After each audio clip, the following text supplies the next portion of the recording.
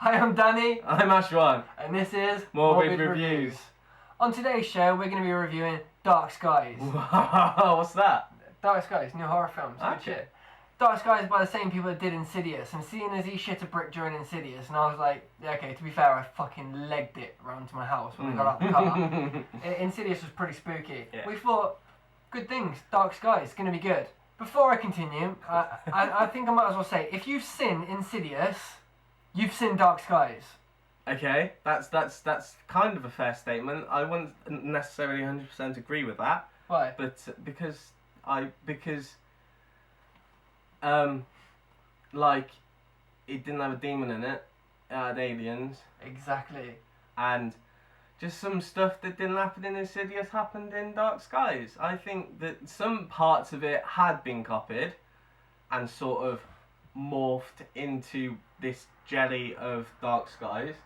I wonder how the director feels about us describing it as jelly. What am I holding? So basically, the film is about a family that live in a house, as per usual. Yep. And it's two lads and then two parents. The lads are pretty close. Parents are on a bit of a rough time because the dad's about to lose the job and shit because he's a fucking loser. Wife is fit though. Whoa, she's fit. You need to tap that shit. Anyway. Film progresses, you see the relationship between the two lads getting as they're really close and stuff, relationship between the parents breaking up slightly, when all of a sudden weird shit starts going down in the house. Like, stuff starts stacking itself in the kitchen. And the thing that annoys me about this is why does shit start haunting you and then start stacking stuff in the kitchen all the time? Maybe this particular alien had OCD. Serious fucking OCD, man. I must go to another planet and tidy some shit up. I've tidied everything on this planet. I need to go to the next one. Yeah, exactly. That's what I need to do. My God, this place is a fucking tip. Before. So yeah, he starts as per usual for these haunting things. And then obviously shit starts to get worse and worse. People start getting possessed and walking out through fucking solid walls. It never explains how they get outside. So the family's managing to get from the inside of the house to the outside without going through the alarm system, without any windows being open, any doors, and yet they're fucking fine with that. I think what also made this film is the actors are actually quite good. Yeah, they are good actors. You don't get many bad actors anymore. That's what I generally find with horror films though. They use actors that you've never fucking heard of in your life. Yeah. And you're like, I can't really feel this film because I don't know these actors, and they end up being really good and you never see them again. So they did a really good performance in that film. What have you done? Fucking murdered them.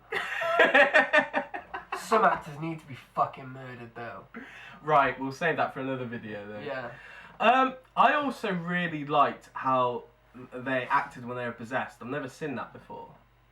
Like the way the mum gets possessed while she's showing a couple around the house. She's an estate agent, and the way she gets possessed is really, really I've seen it weird. in a movie before, but I can't remember what one. But the scariest part is the expression on their face. That's what I mean. Yeah. Yeah. That's nice.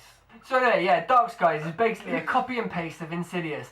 And what they did, wherever there's a demon in Insidious, they just took him out and put a fucking alien in there instead. There's a scene, right, in Insidious, you might be aware of it. Woman's walking around in a dream and she sees a fucking demon thing stood in the corner of a room.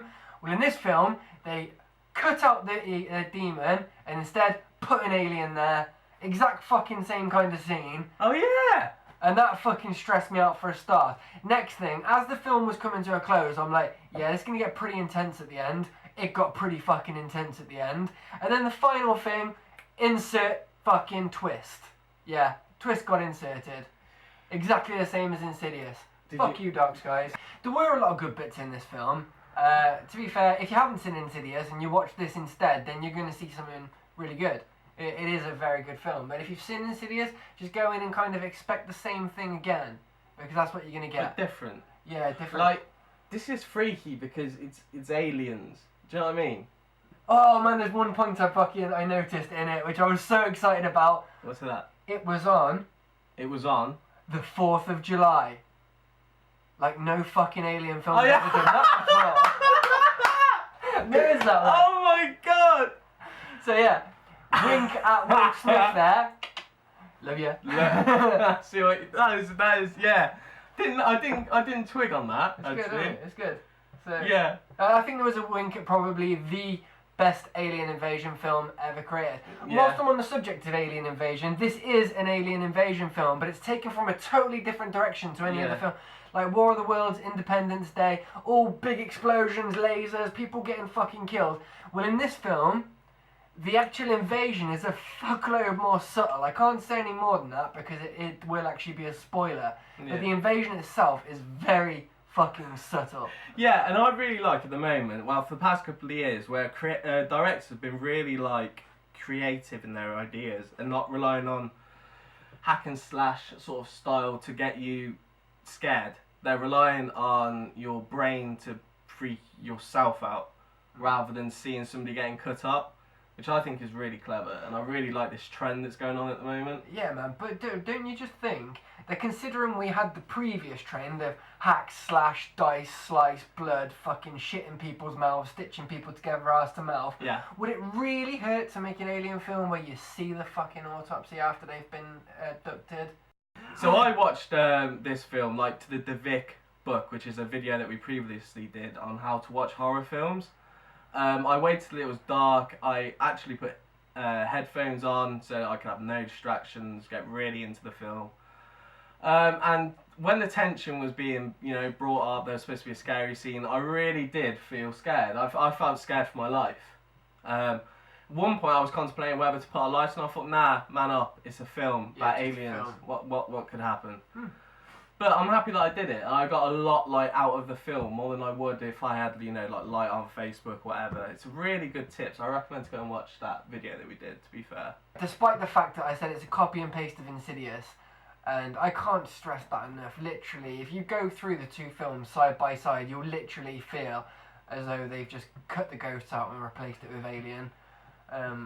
So because of that, I'd give it a 3, because it's a good film, but it's been done before, pretty much exactly.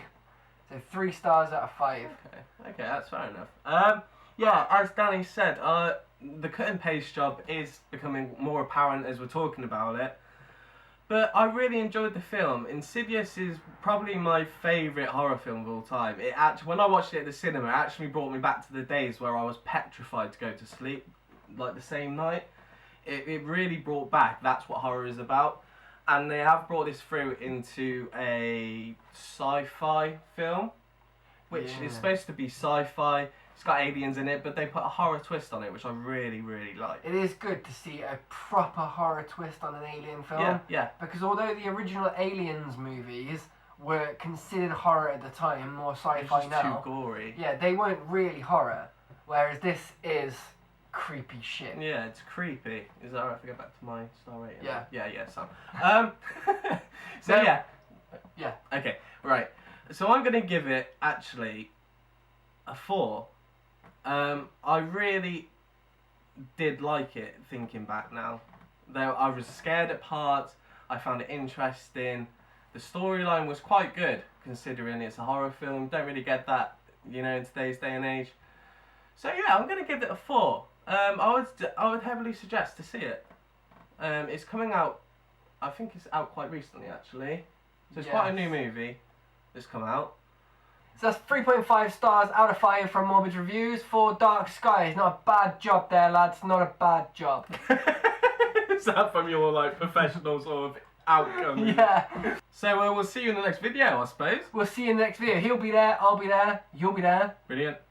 Hopefully this light will be a bit less dramatic on my face. You like it? Dramatic. See Like, subscribe, do the shit. See you later. you later. Bye-bye.